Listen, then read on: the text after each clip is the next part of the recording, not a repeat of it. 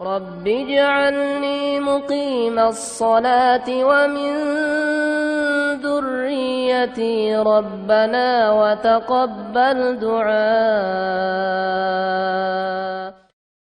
ونستعينه ونستغفره ونتوب إليه ونعوذ بالله من شرور أنفسنا وسيئات أعمالنا من يهده الله فلا مضل له ومن يضلل فلا هادي له أشهد أن لا إله إلا الله وحده لا شريك له وأشهد أن محمدا عبده ورسوله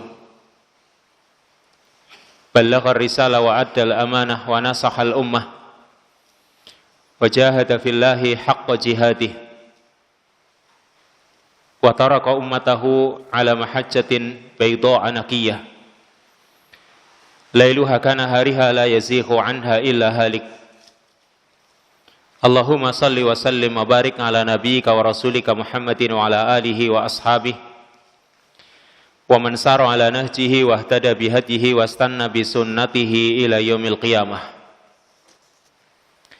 اللهم انفعنا بما علمتنا وعلمنا ما ينفعنا وارزقنا الهدى والتقى والسداد سبحانك لا علم لنا إلا ما علمتنا إنك أنت العليم الحكيم Ikhwani wa akhwati fiddin azanallahu jami'an. Ikhwan dan akhwat hadirin, saudara-saudaraku yang semoga senantiasa dimuliakan oleh Allah.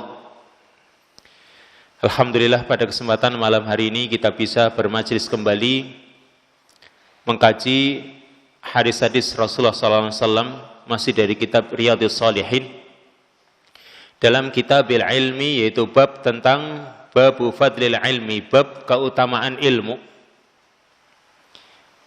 Yang sudah beberapa hadis kita baca, tinggal kita lanjutkan hadis yang ke 1378. Hadis ini dan juga hadis-hadis selanjutnya sebenarnya sudah disebutkan di bab-bab sebelumnya. Tapi kita baca semoga bisa mengingatkan kita, mengingatkan kembali akan pentingnya ilmu, pentingnya menuntut ilmu, mengamalkan ilmu dan mengajarkan ilmu. Kita baca hadis yang ke-378. Naam. Manil qari.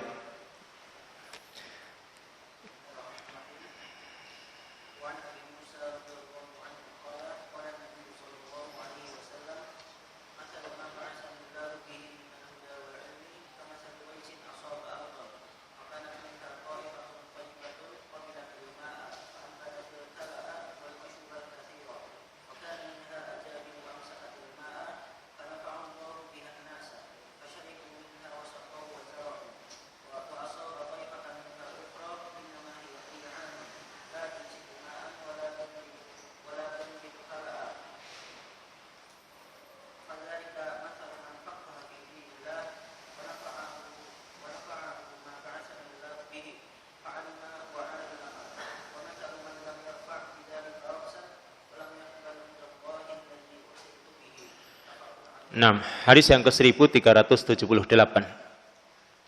Wa an Abi Musa radhiyallahu anhu qala, hadis dari sahabat Abu Musa radhiyallahu anhu, semoga Allah meridhoinya. Qala, dia berkata, qala Nabi sallallahu alaihi wasallam, Nabi sallallahu alaihi wasallam bersabda, masalu ma ba'asanillahu bihi minal huda wal ilm, perumpamaan apa yang dengannya Allah Subhanahu wa taala mengutusku berupa petunjuk dan ilmu. Perumpamaan, petunjuk dan ilmu yang dengannya Allah mengutusku. Kamatsali ghaitsin asaba ardan, seperti perumpamaan hujan yang asaba ardan, menimpa bumi ini, menimpa tanah ini. Fakanat minha ta'ifatun thayyibah, maka di antara bumi ini atau tanah ini ada ta'ifatun thayyibah, sekelompok tanah yang thayyibah, yang subur. Qabilatil ma, maka tanah yang subur itu mau menyerap air. Fa'ambatatil kala'a wal ushbal katsir, maka dia pun menumbuhkan rumput-rumputan dan tanaman-tanaman yang banyak. Wa kana minha ajadib, Dan di antara tanah itu ada yang ajadib keras. Amsakatil ma, dia bisa menahan air, fanafa'allahu bihan nas. Maka dengan air itu Allah Subhanahu wa taala memberikan manfaat kepada manusia. Fasharibu minha wa saqaw wa zar'u. Maka mereka pun meminum darinya, menyirami tanaman-tanaman mereka dan bercocok tanam. Wa asaba ta'ifatan minha ukhra, dan hujan itu juga menimpa tanah yang lain, sekelompok tanah yang lain. Innama hiya qi'an. Kelompok yang ketiga ini, tanah ini adalah bentuknya qi'an, tanah yang datar, tandus. La tumsiku ma'an wa la tunbitu kalan, tidak bisa menahan air dan tidak bisa menumbuhkan rumput-rumputan. Fadzalika masalu man faquha fi dinillah. Maka itulah perumpamaan orang yang faqih, orang yang memiliki pemahaman di dalam agama Allah ini. Nafa'ahu ma ba'asanillahu bihi, bermanfaat baginya apa yang dengannya Allah mengutusku. Fa'alima wa 'allama, maka dia pun mengilmuinya dan mengajarkannya. Wa masalu man lam yarfa' bidzalika ra'san, dan perumpamaan orang yang tidak mau menengadahkan kepalanya. Walam yaqbal hudallahi alladzi ursiltu bihi, dan tidak mau menerima petunjuk yang dengannya Allah mengutusku. Muttafaqun alaih. Hadis ini disepakati oleh Bukhari dan Muslim. Hadis ini sering barangkali didengar oleh antum. Hadis yang sering disampaikan oleh para muhadir, para penceramah, para asatidah, yang menjelaskan tentang fadlul ilmi, tentang keutamaan ilmu. Hadis ini sebagaimana dikatakan, diriwayatkan oleh sahabat Abu Musa al-Asy'ari. Nabi SAW mengatakan tentang perumpamaan. Nabi SAW membuat sebuah masal, perumpamaan, yang tujuannya litakribil makna. Perumpamaan ini ada dalam Al-Quran, dalam hadis-hadis Nabi SAW. Tujuannya supaya makna itu lebih bisa didekatkan, sehingga mudah dipahami. Ini tujuan Allah dan Rasulnya membuat perumpamaan-perumpamaan. Tujuannya litakribil makna, mendekatkan makna, sehingga makna itu mudah dipahami. Dan Allah Subhanahu wa ta'ala di dalam Al-Quran banyak membuat perumpamaan-perumpamaan. Bahkan Allah sendiri tidak malu untuk membuat perumpamaan. Innallaha la yastahi ayyadriba masala. Allah itu tidak malu untuk membuat perumpamaan. Bahkan nyamuk pun Allah Subhanahu wa ta'ala buat sebagai perumpamaan. Dan di banyak ayat. Misalnya ketika kita mendengar ayat Masalul ladina yunfiquna amwalahum fi sabilillahi kamathali habbatin ambatat sab'a sanabil fi kulli sumbulatin mi'atu habbah. Perumpamaan orang yang menginfakkan hartanya fi sabilillah, di jalan Allah. Allah perumpamaan. Allah buat perumpamaan ini. Orang yang menginfakkan hartanya di jalan Allah, kamathali habbatin ambatat sab'a sanabil, seperti perumpamaan sebuah biji yang menumbuhkan 7 tangkai, 7 bulir. Dan setiap bulirnya, setiap tangkainya ada 100 biji. Kan mudah dipahami. Kalau di kita, tanaman padi.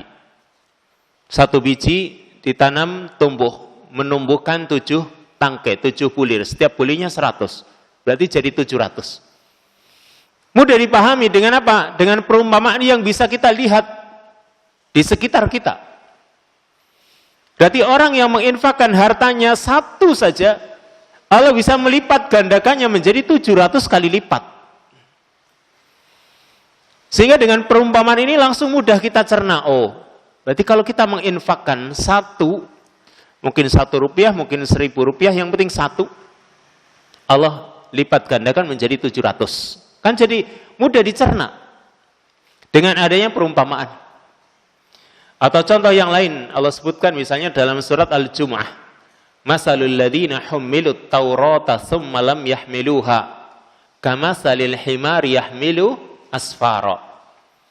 Perumpamaan orang-orang yang diembankan kepada mereka Taurat, kemudian mereka tidak mau mengembannya, kama salil himar yahmilu asfara, seperti keledai yang membawa kitab-kitab. Keledai ketika suruh membawa kitab, mereka mau, tapi tidak tahu yang dibawa itu apa. Nah seperti itu pula orang yang punya kitab yang banyak, tapi mereka nggak tahu isinya apa. Allah perumpamakan seperti keledai, nggak tahu apa yang dibawa. Berarti ada perumpamaan yang baik, ada perumpamaan orang-orang yang tidak baik. Seperti itu Allah Subhanahu wa taala membuatnya. Nah di sini, di hadis ini Rasul sallallahu alaihi wasallam mengatakan masalu ma ba'asanillahu bihi minal huda wal ilm, perumpamaan sesuatu yang dengannya Allah mengutusku, yaitu berupa al-huda wal ilm, petunjuk dan ilmu. Ya, petunjuk dan ilmu yang dengannya Allah Subhanahu wa taala mengutusku, kama sali ghaithin, seperti hujan. Berarti apa yang dibawa oleh Rasul yaitu berupa ilmu dan petunjuk, itu seperti hujan. Dan di sini kalimatnya ghais. Ghais itu beda dengan matar, meskipun artinya sama-sama hujan. Al-matar juga hujan, al-ghais juga hujan. Dan juga ada al-wabil, as-sayyib, itu artinya semuanya hujan. Ada yang hujan rintik-rintik, ya, ada yang hujan deras. Tapi ada kalimat ghais, ini berbeda dengan hujan yang lain. Kalau al-matar hujan itu umum, tapi kalimat ghais kata para ulama itu adalah hujan yang membawa kebaikan. Ini kalimat ghais, yaitu hujan yang menunjukkan kebaikan. Ghais itu namanya. Maka orang-orang Arab ketika menggunakan kata ghais, yaitu hujan, itu maksudnya adalah hujan yang membawa kebaikan. Sehingga Allah Subhanahu wa taala pun mengungkapkan kalimat dengan kalimat ghais itu ketika menerangkan tentang hujan yang baik. Seperti misalnya dalam surat Asy-Syura, huwallazi yunazzilul ghaitsa min ba'di ma qanatu wa yanshuru rahmatah. Dialah Allah yang telah menurunkan ghais, ini hujan yang membawa kebaikan, setelah mereka mengalami kekeringan. Wa yanshuru rahmatah, dan Allah yang menebarkan rahmatnya. Ini kalimat ghais digunakan untuk menunjukkan kata hujan yang baik. Sedangkan kalau matar artinya juga sama hujan. Tapi matar ini bisa untuk hujan yang baik, bisa juga untuk hujan yang membawa kejelekan. Seperti Allah misalnya mengungkapkan tentang para kaum yang Allah turunkan hujan kepada mereka, wa amtarna alaihim matara.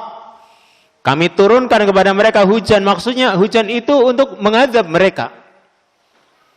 Berarti kalimat matar berbeda nih dalam penggunaan bahasa. Kalau ghais berarti hujan yang mendatangkan kebaikan, kalau matar sering digunakan untuk hujan-hujan yang membawa kejelekan. Maka di sini Nabi SAW pun menggunakan kalimat ghais. Perumpamaan petunjuk dan ilmu yang dengannya Allah mengutusku itu kama sali ghaithin, seperti hujan. Yaitu tadi hujan yang membawa kebaikan. Berarti yang dibawa oleh Rasul itu seperti hujan dan membawa kebaikan. Karena yang namanya hujan itu kan menghidupkan tanah. Tanah yang gersang ketika terkena air hujan yang terjadi, insya Allah karena hujannya juga hujan yang baik, maka ini akan membawa kebaikan pula, yaitu menjadikan tanah itu hidup sebagaimana yang dibawa oleh Rasul, yaitu ilmu dan petunjuk, menjadikan hati manusia juga hidup, tapi tergantung hatinya sekarang. Sehingga Nabi SAW mengatakan, fakanat minha ta'ifatun thayyibah. Di antara tanah itu ada sekelompok tanah yang thayyibah, yang subur. Nabi SAW ingin jika menggambarkan hati manusia ini. Ada sekelompok tanah yang thayyibah, tanah itu subur. Qabilatil ma fa'ambatatil kala wal ushbal kasir. Tanah ini mampu menyerap air dan menyerapnya tidak langsung hilang. Tapi dia menyerap air lalu dia merubah yang tadinya kering, gersang, dia menjadi gembur, menjadi subur. Ini tanah yang bagus berarti. Ketika dia terkena air hujan, dia menyerap tanah itu, lalu tanah itu merubah dari yang tadinya keras, kering, tapi karena dia memang aslinya adalah tanah yang subur, begitu terkena air, fa'ambatatil kala, maka dia pun bisa menumbuhkan rumput-rumputan, wal ushbal katsir, dan tanaman-tanaman yang banyak. Ini berarti perumpamaan kalau hati manusia seperti ini, atau orang yang seperti ini, berarti ketika dia menerima petunjuk dari Rasulullah SAW, yang juga tentunya datang dari Allah Subhanahu wa Ta'ala, ini orang yang berilmu, lalu dia mengamalkan ilmunya, dan dia juga mengajarkan ilmunya. Al-alim alladhi ya'mal bi'ilmihi wa yu'allim. Dia yang berilmu dan dia juga mengamalkan ilmunya. Karena ilmunya ini membawa manfaat pada dirinya, sebagaimana hujan tadi meresap ke dalam tanah itu dan tanah itu menjadi subur. Jadi ada perubahan tanahnya. Ya, tanahnya pun menjadi subur. Yang tadinya mungkin agak sedikit keras, karena aslinya dia subur, terkena air, maka dia pun jadi subur, gembur. Dan ini seorang yang berilmu, yang mengamalkan ilmunya dan mengajarkan ilmunya. Makanya air ini ketika masuk diserap dan dia pun bisa menumbuhkan rumput-rumputan dan tanaman yang banyak. Ini yang pertama, perumpamaannya. Lalu yang kedua, wa kana minha ajadib amsakatil ma fanafa'allahu bihan nas. Dan di antara tanah itu ada tanah yang ajadib, keras, bebatuan. Maka apa yang dia lakukan? Amsakatil ma, ketika hujan ini turun, dia cuma bisa menahan air itu. Ya. Air itu dia tahan. Maka air itu berkumpul. Kayak semacam danau atau mungkin waduk, atau mungkin embun, ya, atau yang lain, sehingga air itu tertampunglah. Fanafa'allahu bihan nas, sehingga Allah pun berikan manfaat dengannya kepada manusia. Manusia bisa memanfaatkan air tersebut. Ini tanah yang keras bebatuan ini, dia cuma bisa menahan air, menampung air, tapi dia bisa merasakan manfaat air untuk dirinya? Tidak. Kan dia nggak jadi subur. Karena dia tidak memanfaatkannya. Dia tetap keras. Tapi dia cuma bisa menampung air. Yang air ini digunakan untuk orang lain. Fasyaribu minha wasaqaw wazar'u. Maka mereka manusia itu meminum darinya, menyirami tanaman-tanamannya, dan mereka bercocok tanam. Berarti kelompok yang kedua ini, orang yang dia punya ilmu, tapi dia tidak punya kefakihan, tidak punya pemahaman dalam urusan ilmu tersebut. Dia cuma menghafal, lalu dia sampaikan kepada orang lain. Dia sendiri nggak memahami. Hanya orang lain yang memahami ilmu tersebut, mengambil ilmu darinya, lalu mereka bisa memahami. Nah, yang kedua bagaimana? Sedikit derajatnya lebih rendah dari yang sebelumnya tadi. Kalau yang tadi itu derajat yang paling tinggi. Ini yang kedua, dia cuma bisa menghafal ilmu, tapi dia nggak punya pemahaman, sehingga nggak bisa mengamalkan.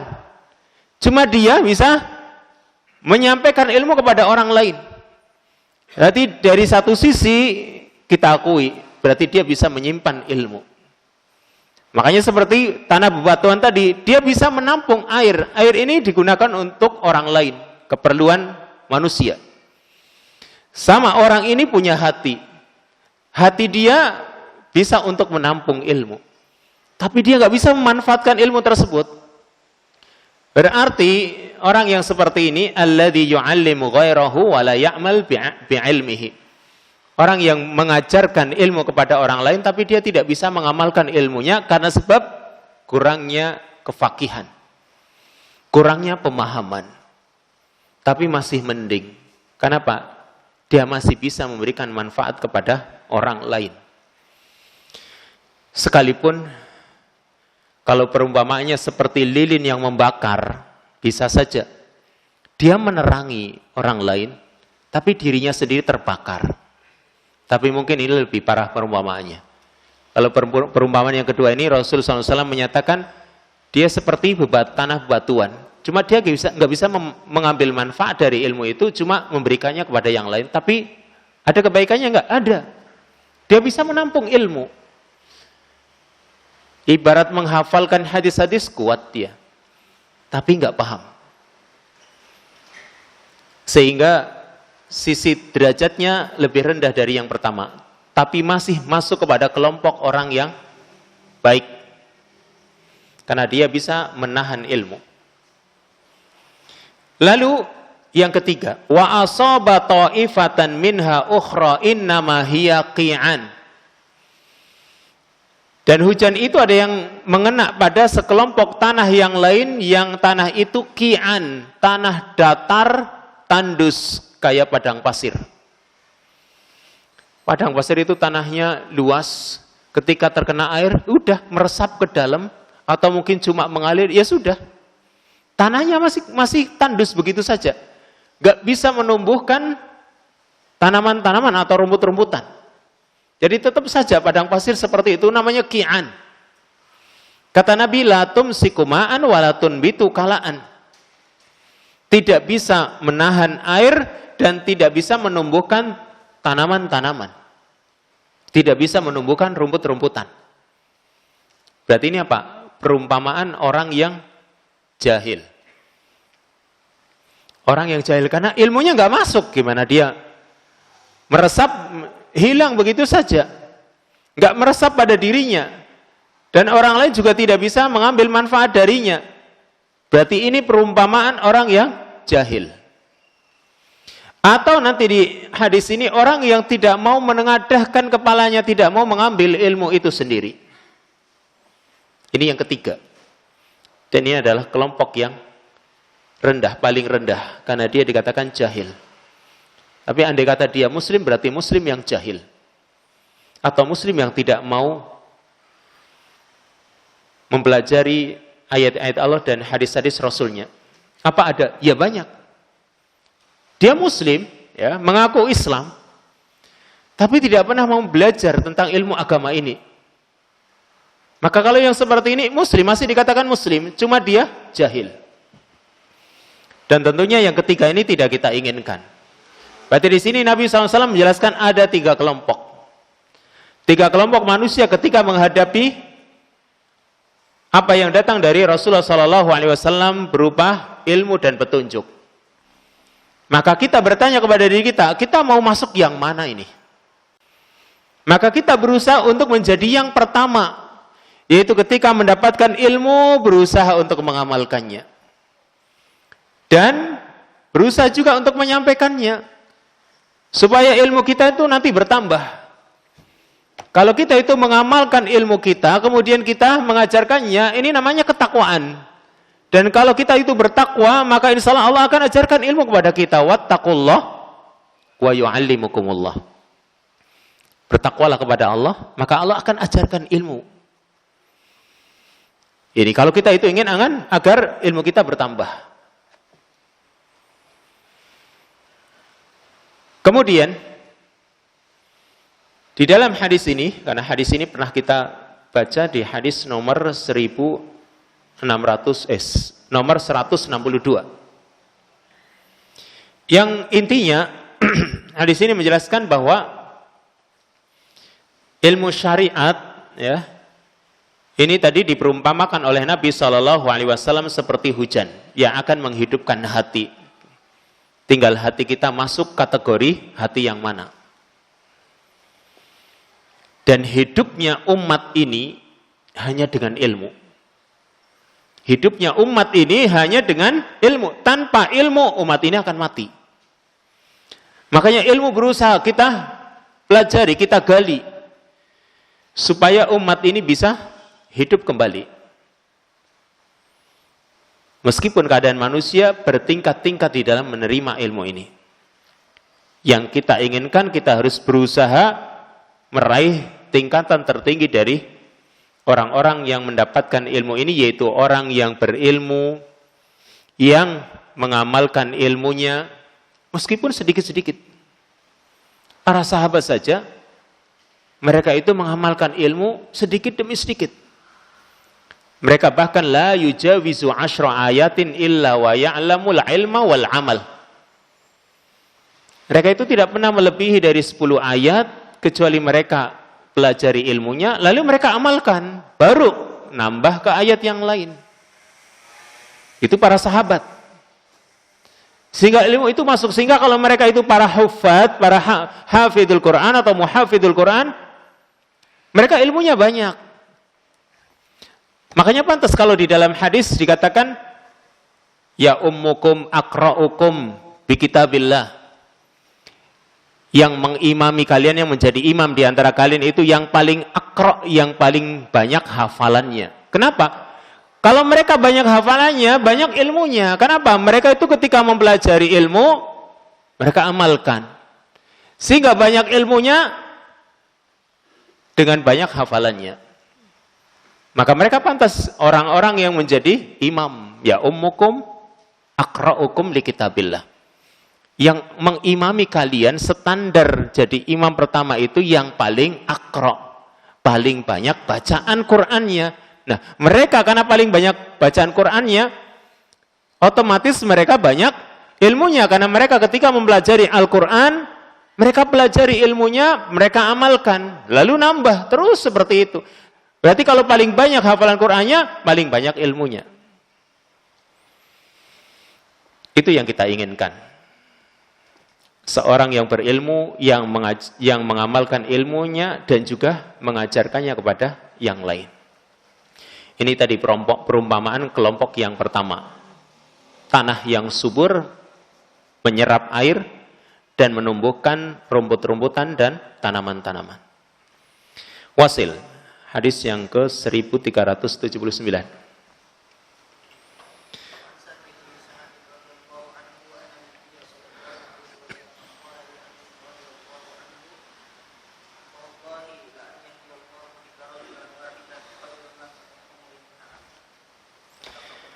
Hadis ke 1379. Wa an Sahl bin Sa'din radhiyallahu anhu anna Nabiy sallallahu alaihi wasallam qala, hadis dari Sahl bin Sa'ad radhiyallahu anhu, dia menuturkan bahwa Nabi sallallahu alaihi wasallam bersabda li Aliyin radhiyallahu anhu, kepada sahabat Ali bin Abi Thalib radhiyallahu anhu.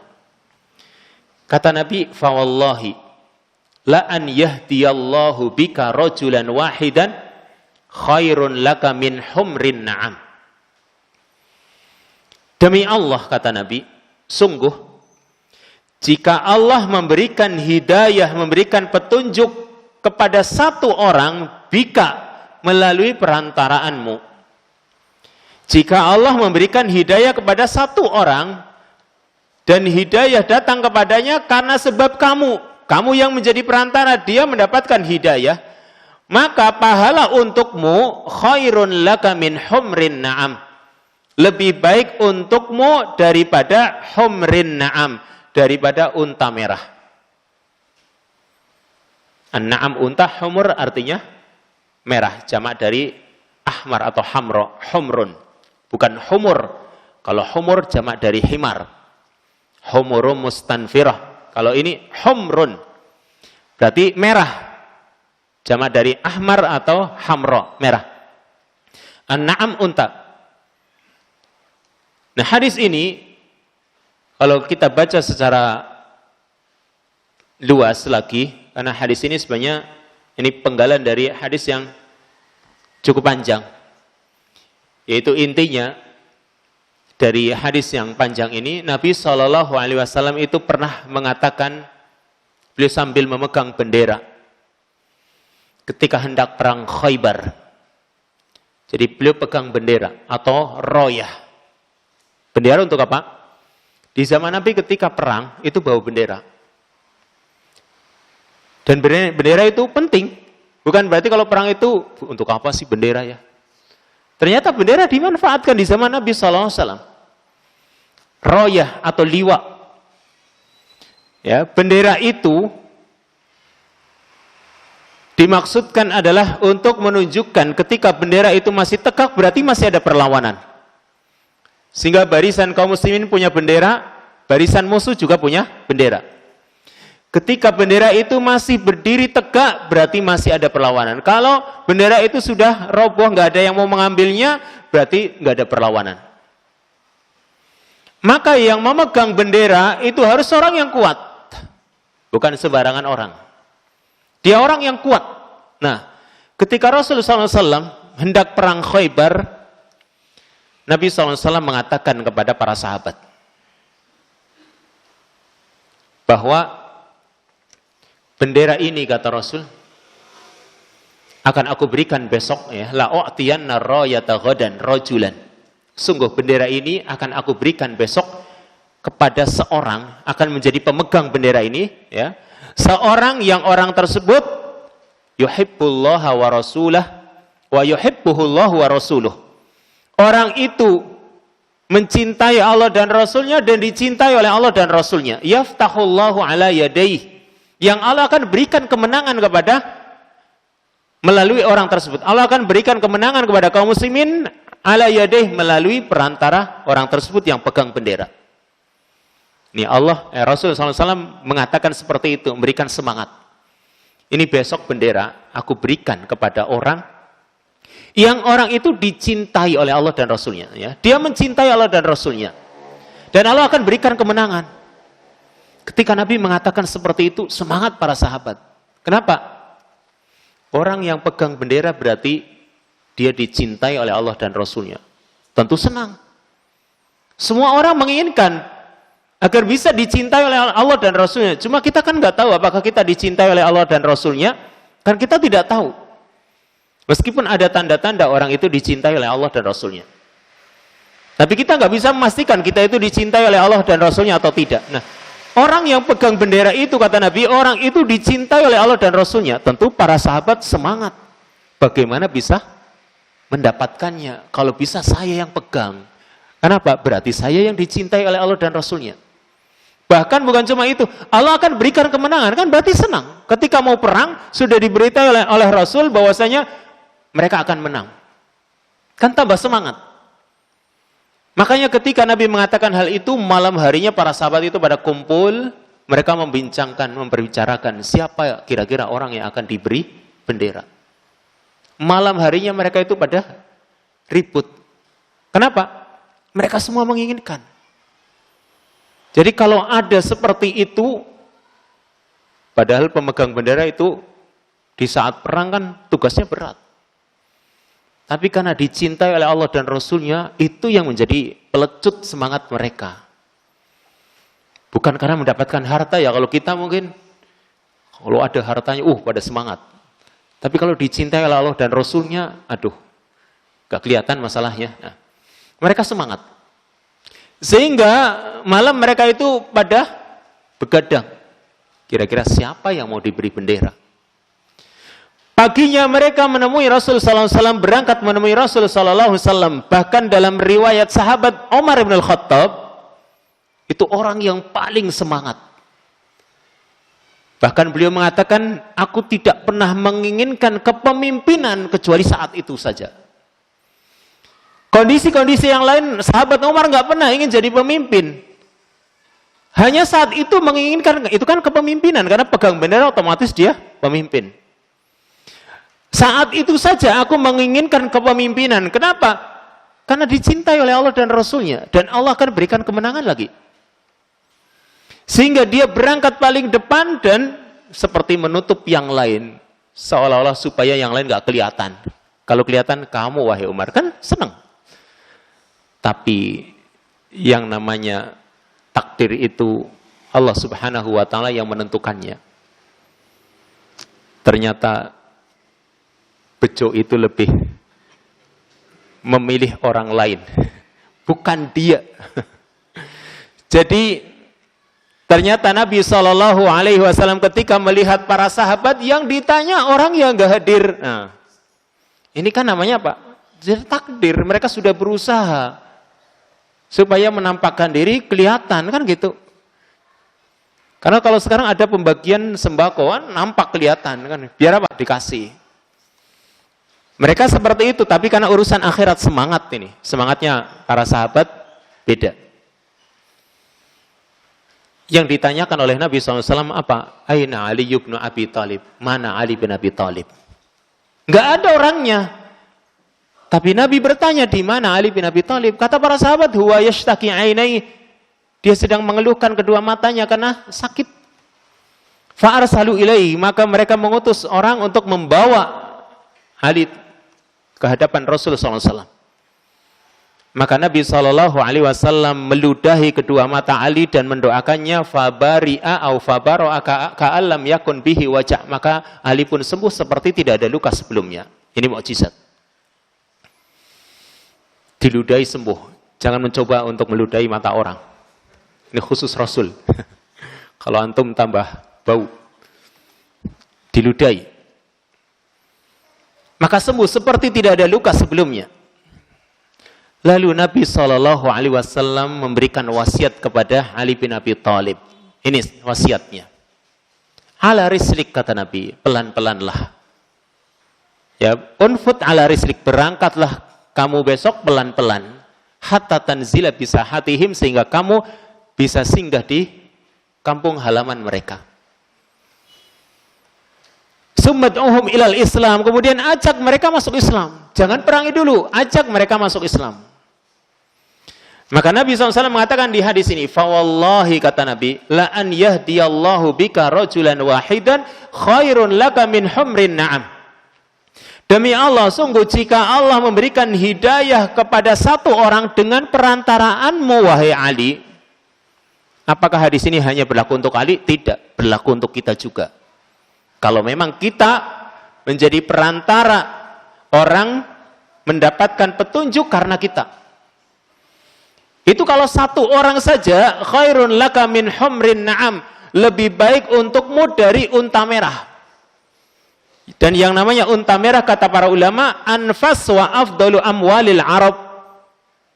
Hartanya orang Arab yang paling bernilai dan paling afdal, unta merah. Harta yang paling bernilai waktu itu. Kalau sekarang sih unta merah banyak dan harganya ya murah lah itu. Bagi orang-orang yang kaya, mereka menganggap harta unta merah itu bukan suatu yang bernilai. Bukan wah seperti itu. Tapi saat itu di zaman Nabi SAW, unta merah merupakan harta yang paling bernilai. Nah sekarang, kalau orang itu bisa melakukan seperti yang dilakukan oleh, seperti di sini, apa yang dikatakan oleh Rasul kepada sahabat Ali, untuk bisa memberikan petunjuk kepada satu orang, pahalanya lebih baik dari unta merah. Sehingga kita pun berusaha untuk bisa mendapatkan pahala yang besar. Karena pahala itu bisa kita dapatkan nanti di yaumil qiyamah, di hari kiamat. Hanya sekedar mengajarkan sesuatu, atau mungkin yang bisa kita lakukan memberikan pengumuman saja, atau istilahnya memberikan informasi. Hanya bisanya memberikan informasi supaya orang datang. Ternyata orang yang datang itu mendapatkan petunjuk dari Allah karena sebab perantara. Kita yang menjadi perantara, maka insya Allah kita dapat pahala yang besar ini. Karena menjadikan satu orang saja mendapatkan petunjuk, apalagi kalau banyak. Kalau banyak berarti kita itu mendapatkan pahala yang lebih besar lagi. Sehingga dengan wasilah apapun yang kita mampu, kalau misalnya bisa dengan ilmu yang kita miliki kita sampaikan, atau mungkin dengan kemampuan apalah yang bisa kita miliki. Mungkin dengan harta, mungkin dengan tenaga, mungkin dengan pikiran, mungkin dengan saran, atau yang lain. Menjadikan orang mendapatkan petunjuk. Kalau sekarang mungkin tidak terasa pahalanya, tidak nampak. Tapi besok di hari kiamat, orang akan merasakannya. Sehingga kalau dari hadis ini kita bisa memberikan kesimpulan, yaitu hirsus sahabah. Semangatnya para sahabat. Jadi para sahabat itu semangat untuk meraih kebaikan. Dan juga keutamaan sahabat Ali bin Abi Thalib tadi. Ya memang dia memiliki keutamaan dibanding para sahabat yang lain. Serta yang terpenting dalam bab ini, yaitu tentang fadlul ilmi, yaitu keutamaan berdakwah. Mengajak ke jalan Allah Azza wa Jal. Dan anjuran, dorongan supaya kita bisa memberikan petunjuk kepada kebaikan.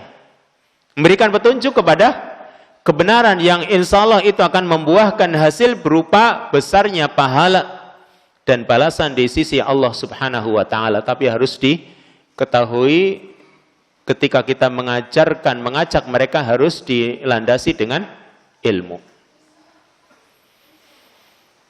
Sehingga kita itu harus bertanya kepada diri kita. Kita itu kalau misalnya ada dua pilihan, pilih berdakwah atau pilih usaha. Berdakwah berarti mengumpulkan pahala akhirat, usaha berarti cari harta, mengumpulkan harta di dunia. Milih yang mana kira-kira? Memang kita butuh harta, tapi bukan untuk ditumpuk-tumpuk. Maka kalau ada seorang yang meninggalkan dakwahnya karena sibuk dengan hartanya, ini kira-kira gimana? Dia sibuk dengan mencari hartanya, dengan bisnisnya, dia tinggalkan dakwahnya. Maka ini berarti dia lebih menginginkan pahala dunia. Sekalipun bisa saja ketika dia mendapatkan kekayaan lalu dia infakkan juga di jalan Allah, tidak masalah. Tapi seringnya orang ketika menumpuk harta lupa. Dan ini yang berbahaya. Tinggalkan dakwah, kemudian ingin berusaha mencari harta, lupa dengan dakwahnya, lupa dengan hartanya juga. Karena itu fitnah, makanya tekuni ya bidang dakwah ini dengan kemampuan kita. Kalau kita hanya bisanya menyebarluaskan informasi, ya berusaha untuk hadir di kajian, maka tidak masalah. Semoga itu juga menjadi kebaikan. Ini hadis yang ke-1379 dan pernah kita baca di hadis 175. Sehingga muallif pun tidak menyebutkan fawaidnya. Nah, wasil. Berikutnya.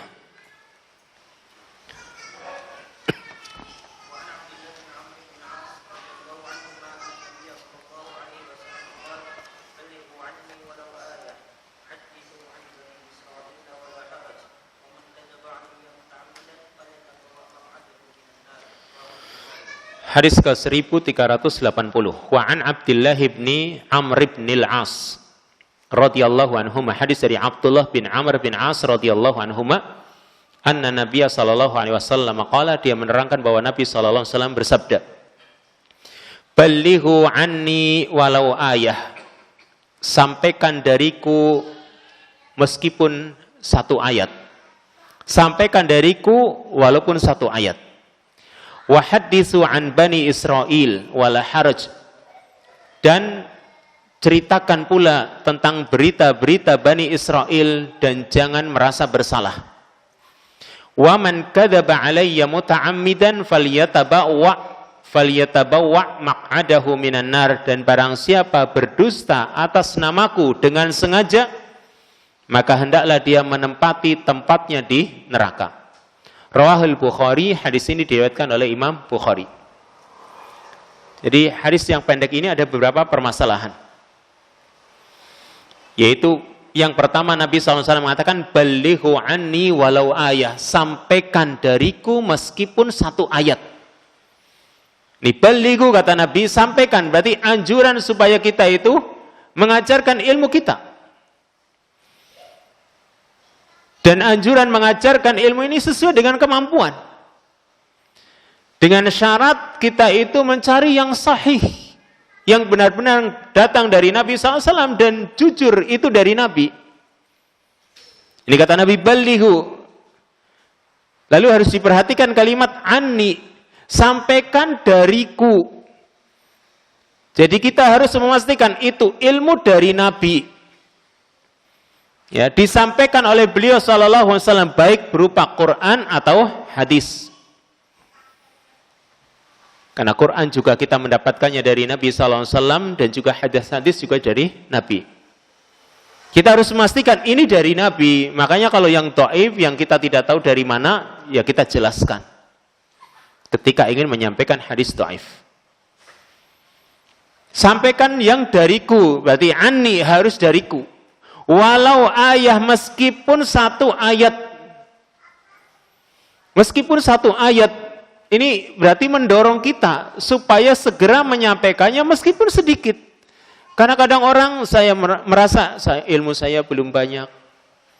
Perhatikan di sini Nabi mengatakan meskipun satu ayat.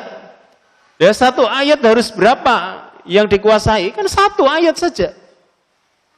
Ini walau ayat, meskipun satu ayat. Dan ayat di sini bisa berupa Quran atau hadis Nabi sallallahu alaihi wasallam. Karena hadis Nabi juga disebut ayat. Karena hadis juga wahyu dari Allah Subhanahu wa taala, cuma lafadznya dari Rasulullah sallallahu alaihi wasallam, tapi semua itu wahyu dari Allah. Wa ma yantiqu 'anil hawa in huwa wahyu yuha. Berarti wahyu berarti sunnah Nabi, hadis Nabi itu juga wahyu. Yang berarti ayat Allah. Ini yang pertama. Ballighu anni walau ayat. Sampaikan dariku meskipun satu ayat. Jadi ini harusnya mendorong kita. Meskipun satu ayat, asal kita itu sudah mengilmuinya, meyakininya, betul kuat keyakinan kita, ini dari Nabi. Sampaikan. Tapi tentunya juga harus menempatkan pada tempatnya ketika menyampaikan.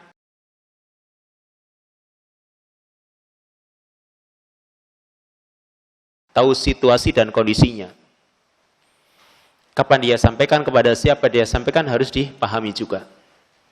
Supaya bermanfaat. Kalau Nabi SAW dulu ketika berdakwah, cuma membaca ayat, orang-orang pada masuk Islam. Karena ketika Nabi membaca ayat, mereka langsung tertarik, terus ingin mendengarkan dan ingin mengetahui isinya. Kalau orang Indonesia dibacakan ayat, ada yang nyengir karena nggak tahu, ya. Ada yang melongok sama sekali nggak paham apa isinya karena emang nggak tahu gitu. Jadi ketika kita sampaikan, kita juga harus menyampaikan kandungannya supaya mereka paham. Karena kalau cuma dibaca kadang nggak ada pengaruhnya sama sekali. Karena mereka ya kaum muslimin di masyarakat kita nggak tahu bahasa Arab sehingga harus tahu maksudnya apa. Sampaikan itu. Ballighu anni walau ayah, kata Nabi. Meskipun satu ayat sampaikan. Lalu yang kedua, wahaddisu an Bani Israil wala haraj. Dan ceritakan tentang Bani Israil wala haraj, dan jangan merasa bersalah. Perhatikan di sini, cerita-cerita tentang Bani Israil atau yang disebut dengan Israiliyat. Jamak dari Israiliyah. Cerita tentang Bani Israil. Yang biasanya di zaman Nabi SAW atau di zaman sahabat itu diceritakan oleh sahabat yang dulunya mereka adalah dari ahli kitab lalu masuk Islam. Seperti Ka'ab bin Al-Akhbar, Wahab bin Munabbih, serta yang lainnya. Mereka punya cerita-cerita tentang Bani Israil. Maka Israiliyat ini para ulama telah menjelaskan. Para ulama mensikapi tentang kisah-kisah Bani Israil atau yang disebut dengan Israiliyat, mereka membaginya menjadi 3 kelompok. Kisah-kisah Israiliyat itu. Yang pertama kisah Israiliyat yang ma'alim nasihatahu, yang kita mengetahui kesahihannya. Kita mengetahui kebenarannya. Ini yang pertama, kelompok cerita tentang Bani Israil.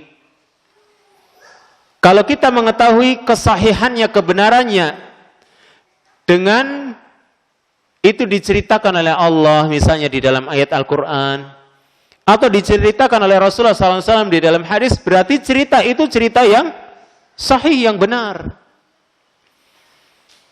Dan itu menjadi ibrah untuk kita, pelajaran untuk kita. Walakum fil qisasi, tentang kisah-kisah, ya. Laqad kana fi qasasihim ibratul liulil albab, maka kana haditsa yuftara. Sungguh di dalam kisah-kisah mereka terdapat ibrah, terdapat pelajaran liulil albab bagi orang-orang yang berakal. Berarti kisah-kisah tersebut kalau memang diceritakan dalam Quran, jelas itu sahih. Atau yang diceritakan oleh Nabi SAW juga dalam hadis-hadis sahih, itu bisa menjadi ibrah bagi kita. Karena itu kita ketahui kesahihannya, kita amalkan. Atau kita ambil pelajaran darinya. Lalu yang kedua, ma'alimna kadzibahu. Yang kita ketahui kedustaannya jelas, itu kisah itu, cerita Bani Israel atau kisah Israiliyat, itu dusta. Maka kita pun tinggalkan. Karena mungkin ayat Quran atau hadis Nabi SAW mendustakannya, tidak membenarkannya, berarti kita tinggalkan. Misalnya, ada mungkin kisah-kisah Bani Israel yang menganggap Nabi Sulaiman itu mengajarkan sihir. Maka Al-Quran jelas sudah menyatakan, wa ma kafara Sulaiman walakinna syayatina kafaru. Sulaiman itu tidak kafir, tapi setan-setanlah yang kafir, yang mereka mengajarkan sihir. Berarti Allah menegaskan, ini cerita kalau misalnya tentang Nabi Sulaiman yang mengajarkan sihir, maka berarti cerita itu jelas dustanya, kita tolak. Nah sekarang yang ketiga, ma huwa maskutun anhu, cerita tentang Bani Israel yang maskut, yang diam, tidak dijelaskan kebenaran dalam Quran hadis, tidak juga dinyatakan dusta. Maka bagaimana yang ketiga ini? Ini yang sedang diceritakan dalam hadis ini. Wa haditsu an Bani Israil wala haraj. Ceritakan tentang Bani Israel. Cerita-cerita itu bermanfaat, ceritakan. Wala haraj, dan jangan merasa bersalah. Ini yang sedang disampaikan dalam hadis ini. Jadi ceritakan saja.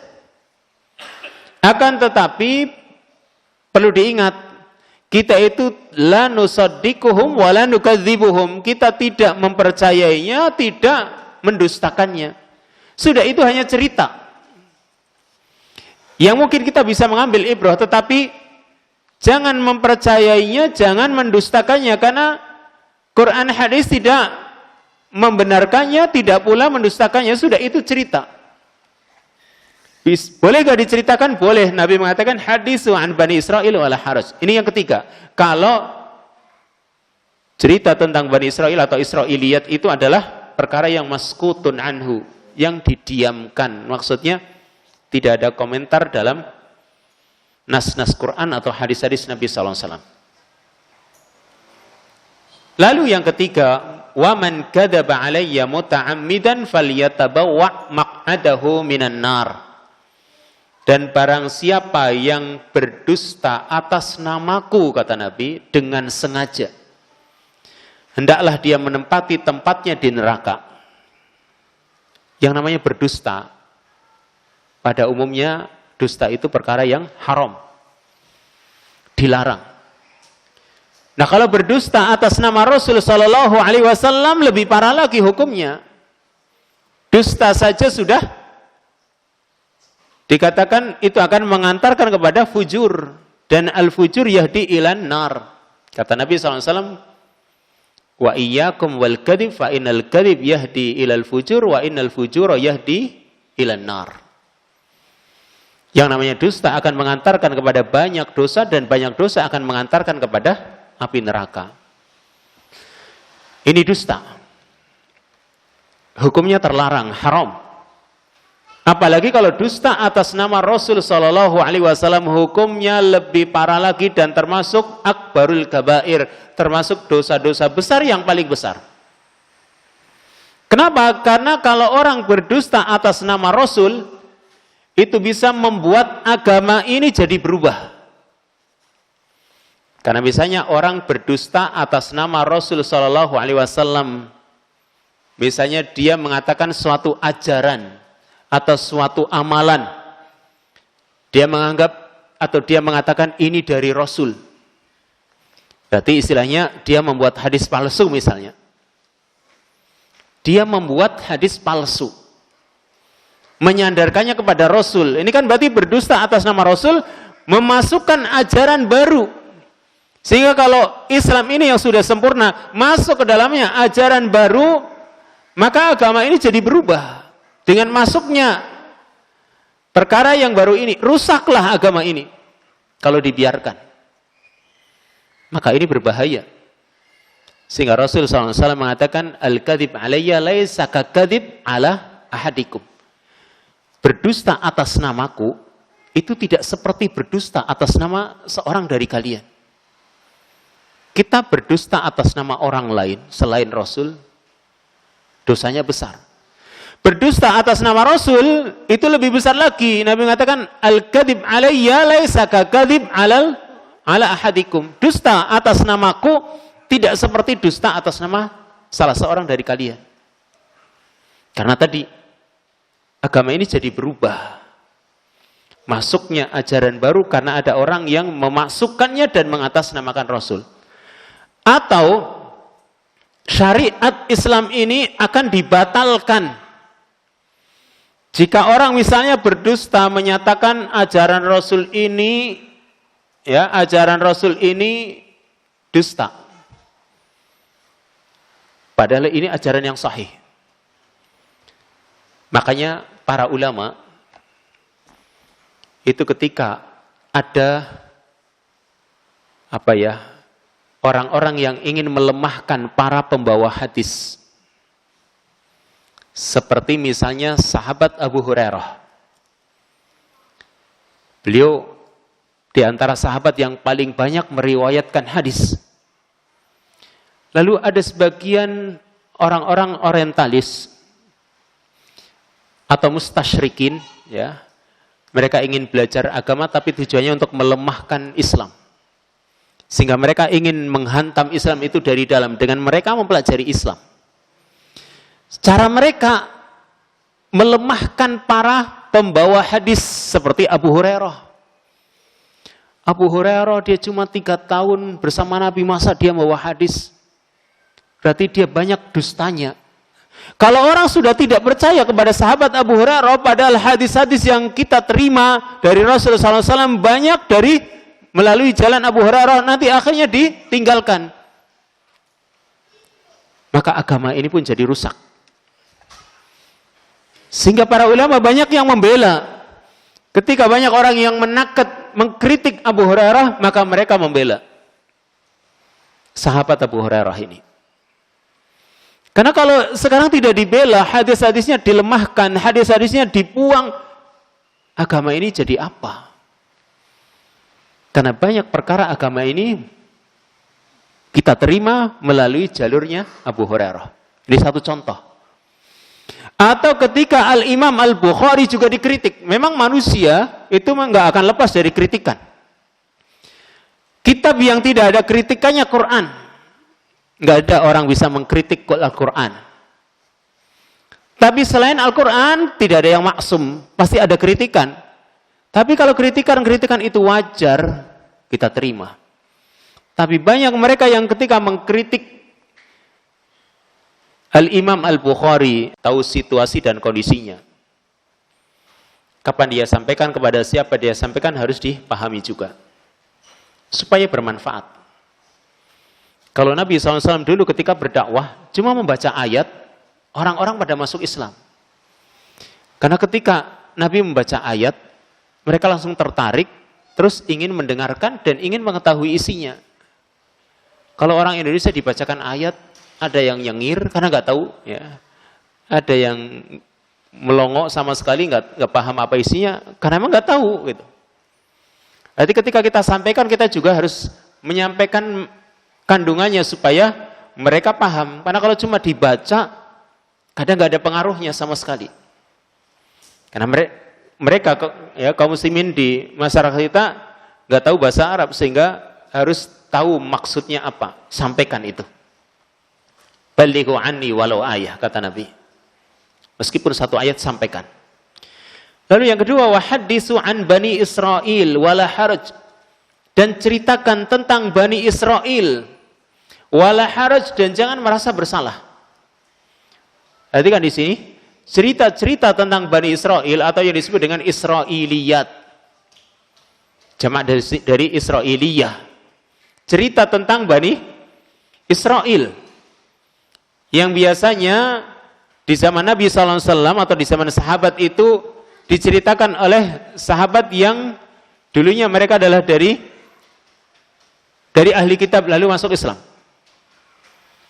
Seperti Ka'ab bin Al-Akhbar, Wahab bin Munabbih, serta yang lainnya.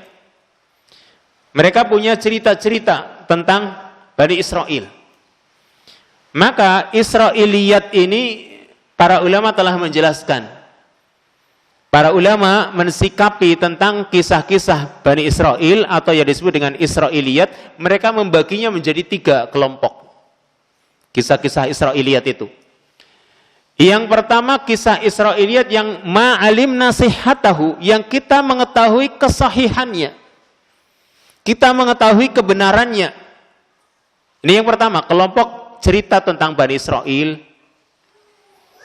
Kalau kita mengetahui kesahihannya, kebenarannya, dengan itu diceritakan oleh Allah, misalnya di dalam ayat Al-Quran, atau diceritakan oleh Rasulullah SAW di dalam hadis, berarti cerita itu cerita yang sahih, yang benar. Dan itu menjadi ibrah untuk kita, pelajaran untuk kita. Walakum fil qisasi, tentang kisah-kisah, ya. Laqad kana fi qasasihim ibratul liulil albab, maka kana haditsa yuftara. Sungguh di dalam kisah-kisah mereka terdapat ibrah, terdapat pelajaran liulil albab bagi orang-orang yang berakal. Berarti kisah-kisah tersebut kalau memang diceritakan dalam Quran, jelas itu sahih. Atau yang diceritakan oleh Nabi SAW juga dalam hadis-hadis sahih, itu bisa menjadi ibrah bagi kita. Karena itu kita ketahui kesahihannya, kita amalkan. Atau kita ambil pelajaran darinya. Lalu yang kedua, ma'alimna kadzibahu. Yang kita ketahui kedustaannya, jelas itu kisah itu, cerita Bani Israil atau kisah Israiliyat, itu dusta. Maka kita pun tinggalkan. Karena mungkin ayat Quran atau hadis Nabi SAW mendustakannya, tidak membenarkannya, berarti kita tinggalkan. Misalnya, ada mungkin kisah-kisah Bani Israil yang menganggap Nabi Sulaiman itu mengajarkan sihir. Maka Al-Quran jelas sudah menyatakan, wa ma kafara Sulaiman walakinna syayatina kafaru. Sulaiman itu tidak kafir, tapi setan-setanlah yang kafir, yang mereka mengajarkan sihir. Berarti Allah menegaskan, ini cerita kalau misalnya tentang Nabi Sulaiman yang mengajarkan sihir, maka berarti cerita itu jelas dustanya, kita tolak. Nah sekarang yang ketiga, ma huwa maskutun anhu, cerita tentang Bani Israil yang maskut, yang diam. Tidak dijelaskan kebenaran dalam Quran hadis, tidak juga dinyatakan dusta. Maka bagaimana yang ketiga ini? Ini yang sedang diceritakan dalam hadis ini. Wahaddisu an Bani Israil wala haraj. Ceritakan tentang Bani Israil. Cerita-cerita itu bermanfaat, ceritakan. Wala haraj, dan jangan merasa bersalah. Ini yang sedang disampaikan dalam hadis ini. Jadi ceritakan saja. Akan tetapi perlu diingat, kita itu la nusaddiquhum wa la nukadzibuhum. Kita tidak mempercayainya, tidak mendustakannya. Sudah, itu hanya cerita yang mungkin kita bisa mengambil ibrah, tetapi jangan mempercayainya, jangan mendustakannya, karena Quran hadis tidak membenarkannya, tidak pula mendustakannya. Sudah, itu cerita. Boleh gak diceritakan? Boleh. Nabi mengatakan hadisu an Bani Israil wala haraj. Ini yang ketiga. Kalau cerita tentang Bani Israil atau Israiliyat itu adalah perkara yang maskutun anhu, yang didiamkan. Maksudnya tidak ada komentar dalam nas-nas Quran atau hadis-hadis Nabi SAW. Lalu yang ketiga, وَمَنْ كَذَبَ عَلَيَّ مُتَعَمِّدًا فَلْيَتَبَوَّأْ مَقْعَدَهُ مِنَ النَّارِ. Dan barang siapa yang berdusta atas namaku, kata Nabi, dengan sengaja, hendaklah dia menempati tempatnya di neraka. Yang namanya berdusta, pada umumnya dusta itu perkara yang haram, dilarang. Nah, kalau berdusta atas nama Rasul Sallallahu Alaihi Wasallam lebih parah lagi hukumnya. Dusta saja sudah dikatakan itu akan mengantarkan kepada fujur, dan al-fujur yahdi ilan nar. Kata Nabi SAW, wa iyyakum wal kadhib fa innal kadhib yahdi ilal fujur wa innal fujura yahdi ilan nar. Yang namanya dusta akan mengantarkan kepada banyak dosa, dan banyak dosa akan mengantarkan kepada api neraka. Ini dusta. Hukumnya terlarang, haram. Apalagi kalau dusta atas nama Rasul Sallallahu Alaihi Wasallam, hukumnya lebih parah lagi dan termasuk akbarul kabair, termasuk dosa-dosa besar yang paling besar. Kenapa? Karena kalau orang berdusta atas nama Rasul, itu bisa membuat agama ini jadi berubah. Karena misalnya orang berdusta atas nama Rasul Sallallahu Alaihi Wasallam, misalnya dia mengatakan suatu ajaran atau suatu amalan, dia menganggap atau dia mengatakan ini dari Rasul. Berarti istilahnya dia membuat hadis palsu misalnya. Dia membuat hadis palsu, menyandarkannya kepada Rasul. Ini kan berarti berdusta atas nama Rasul, memasukkan ajaran baru. Sehingga kalau Islam ini yang sudah sempurna masuk ke dalamnya ajaran baru, maka agama ini jadi berubah. Dengan masuknya perkara yang baru ini, rusaklah agama ini kalau dibiarkan. Maka ini berbahaya. Sehingga Rasul SAW mengatakan, al-kadhib alayya laisa kakadhib ala ahadikum. Berdusta atas namaku itu tidak seperti berdusta atas nama seorang dari kalian. Kita berdusta atas nama orang lain selain Rasul, dosanya besar. Berdusta atas nama Rasul itu lebih besar lagi. Nabi mengatakan, al-kadhib alayya laisa kakadhib ala ahadikum. Dusta atas namaku tidak seperti dusta atas nama salah seorang dari kalian. Karena tadi agama ini jadi berubah. Masuknya ajaran baru karena ada orang yang memasukkannya dan mengatasnamakan Rasul. Atau syariat Islam ini akan dibatalkan jika orang misalnya berdusta menyatakan ajaran Rasul ini, ya, ajaran Rasul ini dusta. Padahal ini ajaran yang sahih. Makanya para ulama itu ketika ada orang-orang yang ingin melemahkan para pembawa hadis, seperti misalnya sahabat Abu Hurairah. Beliau di antara sahabat yang paling banyak meriwayatkan hadis. Lalu ada sebagian orang-orang orientalis atau mustasyrikin, ya. Mereka ingin belajar agama tapi tujuannya untuk melemahkan Islam. Sehingga mereka ingin menghantam Islam itu dari dalam dengan mereka mempelajari Islam. Cara mereka melemahkan para pembawa hadis seperti Abu Hurairah. Abu Hurairah dia cuma 3 tahun bersama Nabi, masa dia membawa hadis? Berarti dia banyak dustanya. Kalau orang sudah tidak percaya kepada sahabat Abu Hurairah, padahal hadis-hadis yang kita terima dari Rasulullah SAW banyak dari melalui jalan Abu Hurairah, nanti akhirnya ditinggalkan. Maka agama ini pun jadi rusak. Sehingga para ulama banyak yang membela.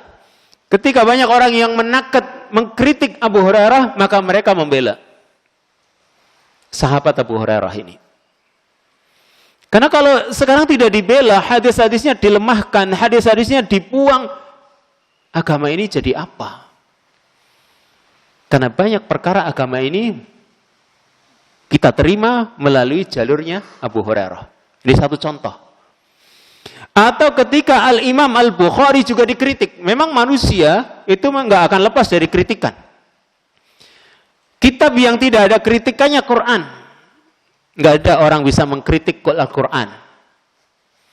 Tapi selain Al-Quran tidak ada yang maksum. Pasti ada kritikan. Tapi kalau kritikan itu wajar, kita terima. Tapi banyak mereka yang ketika mengkritik Al-Imam Al-Bukhari, Al-Imam Muslim, serta yang lain, padahal itu adalah, mereka adalah orang-orang yang membawa hadis-hadis yang sahih datangnya dari Rasulullah SAW, kok ditolak gara-gara Bukhari Muslim ini orangnya seperti ini. Wah, ini orang ingin melemahkan Islam.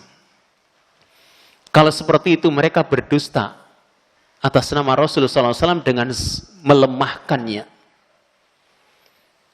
Akhirnya Islam ini pun bisa syariat-syariatnya banyak yang dibatalkan. Rusaklah agama ini. Sehingga Nabi mengatakan, man kadzaba alayya muta'ammidan, barang siapa yang berdusta atas namaku dengan sengaja, falyatabawwa maq'adahu minan nar, silahkan dia tempati tempatnya di neraka. Maka berdusta atas nama Rasul hukumnya dosa besar, karena Nabi mengancam di hadis ini. Silahkan dia tempati tempatnya di neraka. Bahkan kalau kita itu mempelajari ilmu mustalah hadis, hadis yang bunyinya man kadzaba alayya muta'ammidan falyatabawwa maq'adahu minan nar, ini hadisnya mutawatir lafdhan wa ma'nan. Mutawatir yaitu berturut-turut karena banyak diriwayatkan oleh para sahabat dengan lafaz dan makna yang sama. Lafaznya enggak ada yang berubah. Man kadzaba alayya muta'ammidan falyatabawwa maq'adahu minan nar. Para sahabat meriwayatkan dengan lafaz yang sama. Kalau hadis-hadis yang lain mungkin lafaznya beda-beda.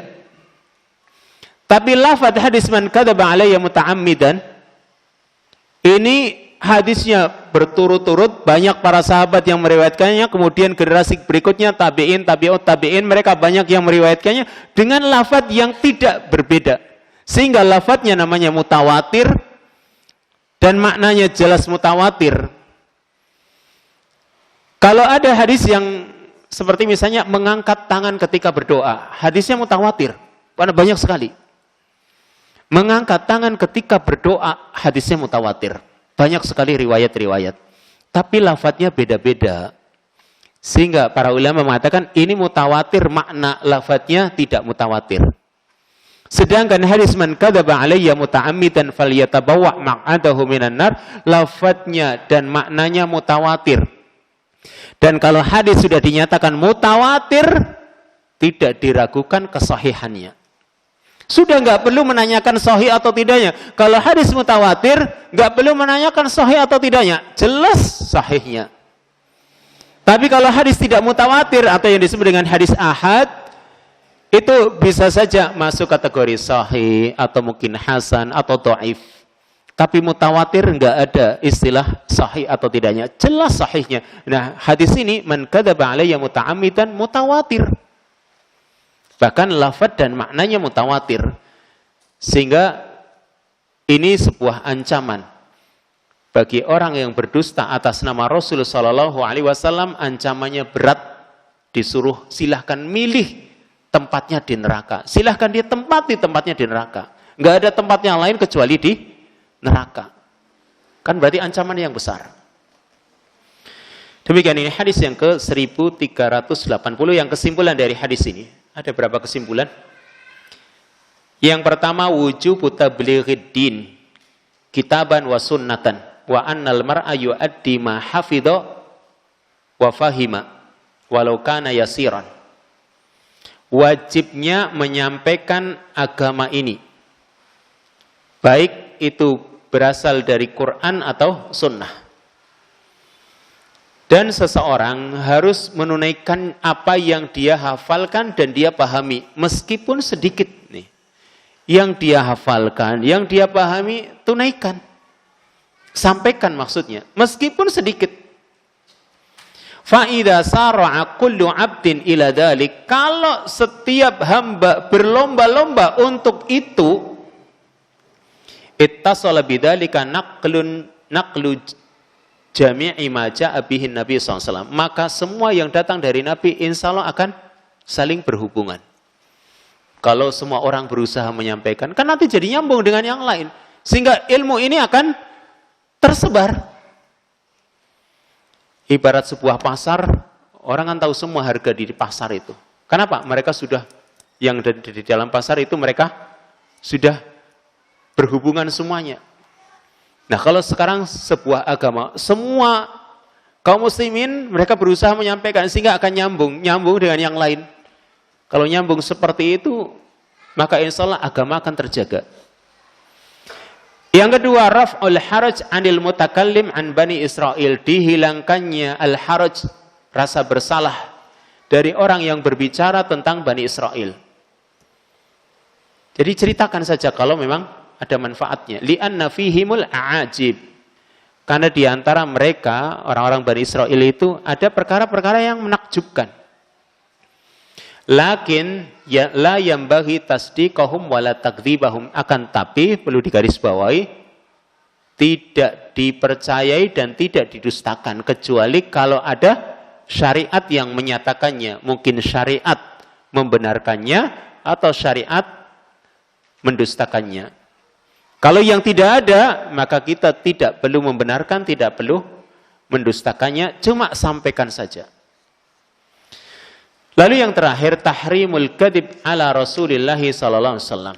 Haramnya berdusta atas nama Rasulullah sallallahu alaihi wasallam. Dan ahlul ilmi telah sepakat bahwa berdusta atas nama Rasul masuk kategori al-kabair, dosa-dosa besar. Bal dhahaba ba'duhum ila takfiril kadzib ala Rasulillah. Bahkan sebagian mereka berpendapat kafirnya orang yang berdusta atas nama Rasulullah sallallahu alaihi wasallam. Wallahu taala a'lam bissawab. Sampai di sini dulu. Hadis berikutnya kita lanjutkan pada kesempatan yang akan datang باذنillah taala. Subhanakallahumma wa bihamdika asyhadu an la ilaha illa anta astaghfiruka wa atubu ilaik. Wassalamualaikum warahmatullahi wabarakatuh.